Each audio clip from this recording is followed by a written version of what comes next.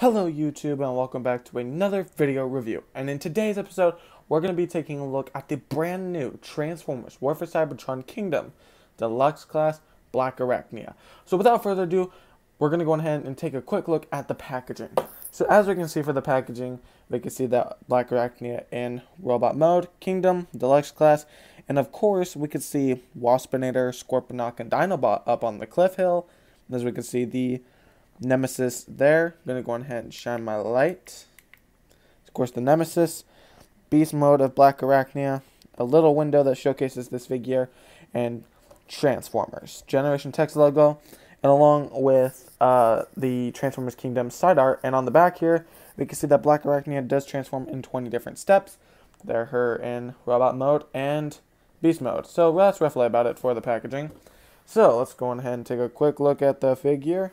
So, real quick, I just want to point out real quick with this figure, it is a bit difficult to add the weapon to beast mode because you gotta like peg it under, but with my weapon, it's kind of suffering with some damage there, as we can see there. You might be able to see it, if I can get it to focus. You can kind of see where it's wearing off in the peg section right there, and that's not really a good sign, so I'm not even going to try to attempt to do that. So yeah, this is the weapon. It does, if I can maybe give you a point of view, what it could do. When it pegs under the spider, it's going to look something like this. So yeah. So, BLACLARACHNIA here. People say that this is the creepiest figure that we have for Wave 1 in the Kingdom line, and I do kind of agree with everybody there. So, let's go ahead and take a look at some of the detailing. We can see BLACLARACHNIA done in a kind of molded detail here. It's really cool looking and creepy design that they've added to this, especially with the legs, and everything is just creepy about this figure. The legs are done very nicely, as we can see there. It's very done well, nicely.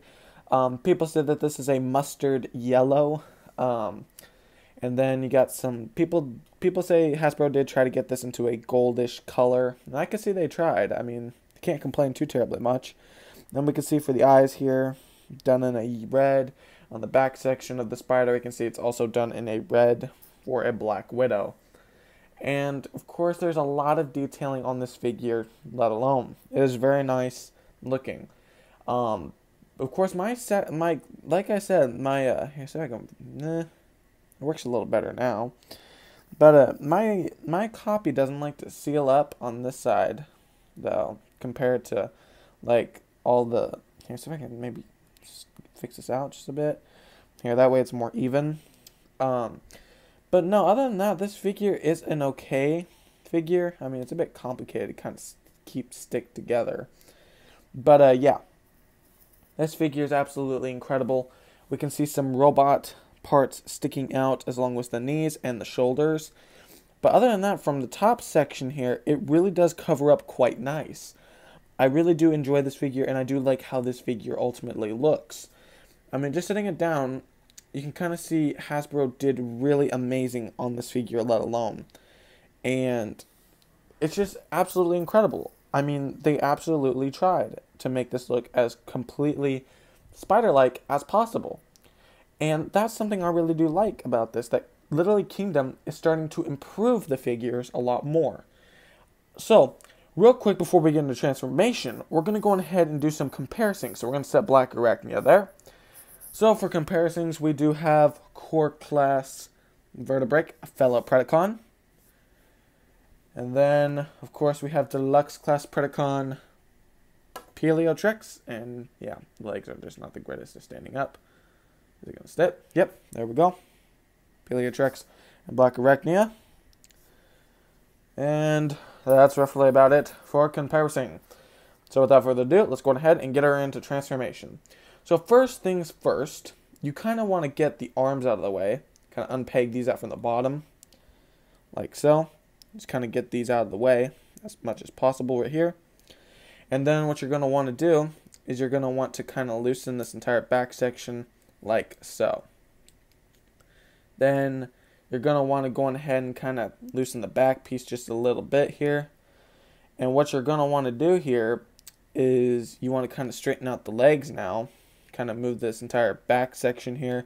Like I said, this is a confusing transformation here. Just going to kind of flip these legs around like so. And what you're then going to want to do is just kind of get the feet and everything all lined up in the legs. Kind of fold in the thighs, as we can see there. You just got to push them in. And then what you're going to want to go ahead and do is you want to take this entire section, lift this section out right here, bring it out, and then do a full 360 and push it back in. And then you want to kind of pop out the head here. Let's see if we can do this. There we go. And you just kind of want to get the shoulders out of the way, like so. Then go on ahead and bring this entire section down, like so. Do that like so.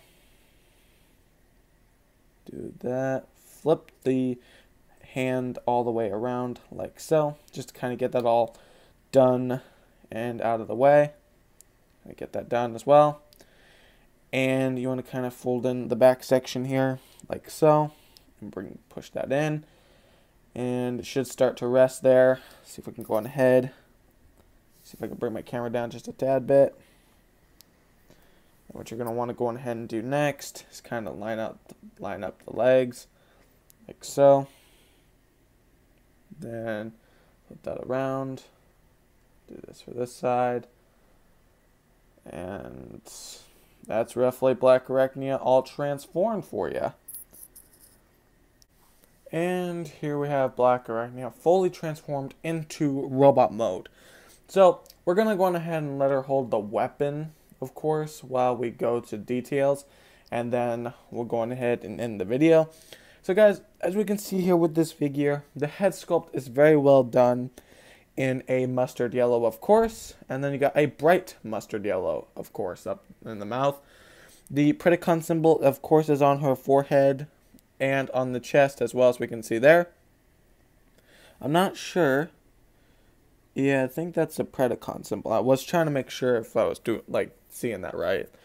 But she can hold her crossbow, of course, like so, very nicely. And I think this figure is actually very accurate to what we saw in the 90s cartoon. This figure is ultimately incredible of the way the design and the way they were able to make this look as accurate as possible to the show itself. And I honestly just think this figure is absolutely incredible. And due to the very backpack is extremely flat and it does conserve a lot of room. And that's what I really like about this figure. It's just got really no backpack at all, really. So you can see there, it's just got really no backpack at all. And that's a really cool thing too, because it'd be really nice to see Hasbro start taking the backpacks away and seeing that we get a back that is accurate. Now, of course, when we do review Megatron, I already know we're going to get a big backpack with him, but it'll actually be fun in reviewing him. But this figure is ultimately incredible, and the weapon design is very accurate as well to what we saw in the show as well. At least that's what I believe, because, I mean, this is what I saw in the cartoon. Now, I don't know if I'm missing a few specs around it, but the gun is done in a nice brown up on the stock section, and then you can see the crossbow section kind of looking thing is done in a very nice yellow as well. Mustard yellow. But, yeah. I just love how they were able to get the legs to fold back and everything, and they just made this look as accurate as possible. And that's another thing I do like about this figure. But, yeah. Anyways, guys, that's roughly about it for today's episode. I hope you guys did enjoy this review, and let me know down in the comments down below what you guys thought about this figure. I would really love to know your guys' opinions down below. And be sure to subscribe if you haven't already, and yeah, knock down the figure because that's too close to the camera.